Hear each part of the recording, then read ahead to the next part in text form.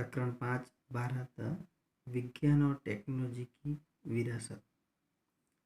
विज्ञान और टेक्नोलॉजी के क्षेत्र में हुए संशोधनों की वजह से हमें बहुत लाभ हुए हैं।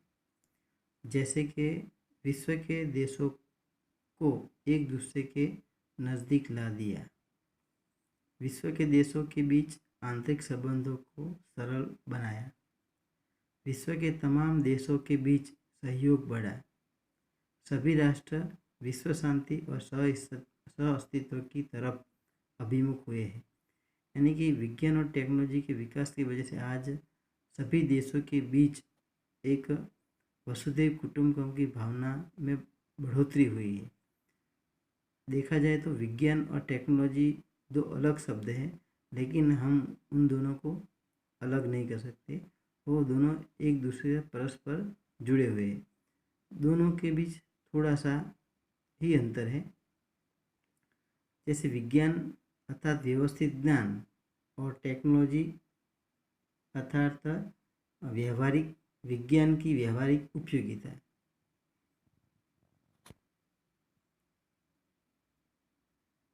प्राचीन भारत के विज्ञान क्षेत्र की विरासत। प्राचीन भारत के ऋषियों ने विज्ञान के क्षेत्र में अनमोल विरासत विश्व को दी है।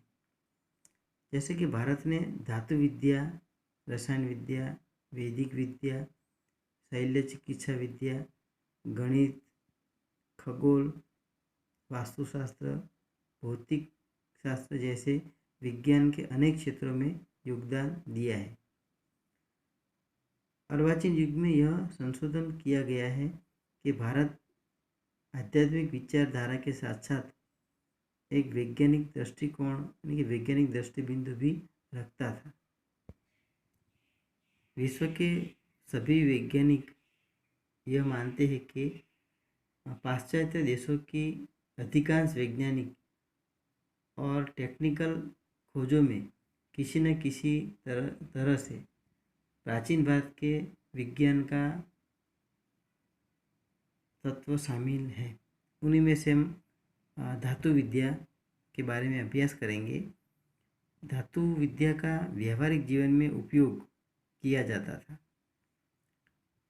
सिंधुकालीन संस्कृति में से धातु की नर्तकी की प्रतिमा प्राप्त हुई है। तक्षशिला में से कुषाण राजाओं के समय के दौरान बनाई गई भगवान बुद्ध की प्रतिमाएं हमें मिली हैं। उसके उपरांत चोल राजाओं के समय में तैयार की गई धातु शिल्प की प्रतिमाएं हमें प्राप्त हुई हैं। इसके अलावा इनमें से सबसे प्रसिद्ध चेन्नई के संग्रहालय में स्थित अंतर्राष्ट्रीय ख्याति प्राप्त नृत्य कला के उत्कृष्ट उदाहरण यानी कि महादेव यानी कि नटराज का शिल्प हमें प्राप्त हुआ है। धातु शिल्प बनाने की परंपरा 10वीं 11वीं सदी में शुरू हुई थी।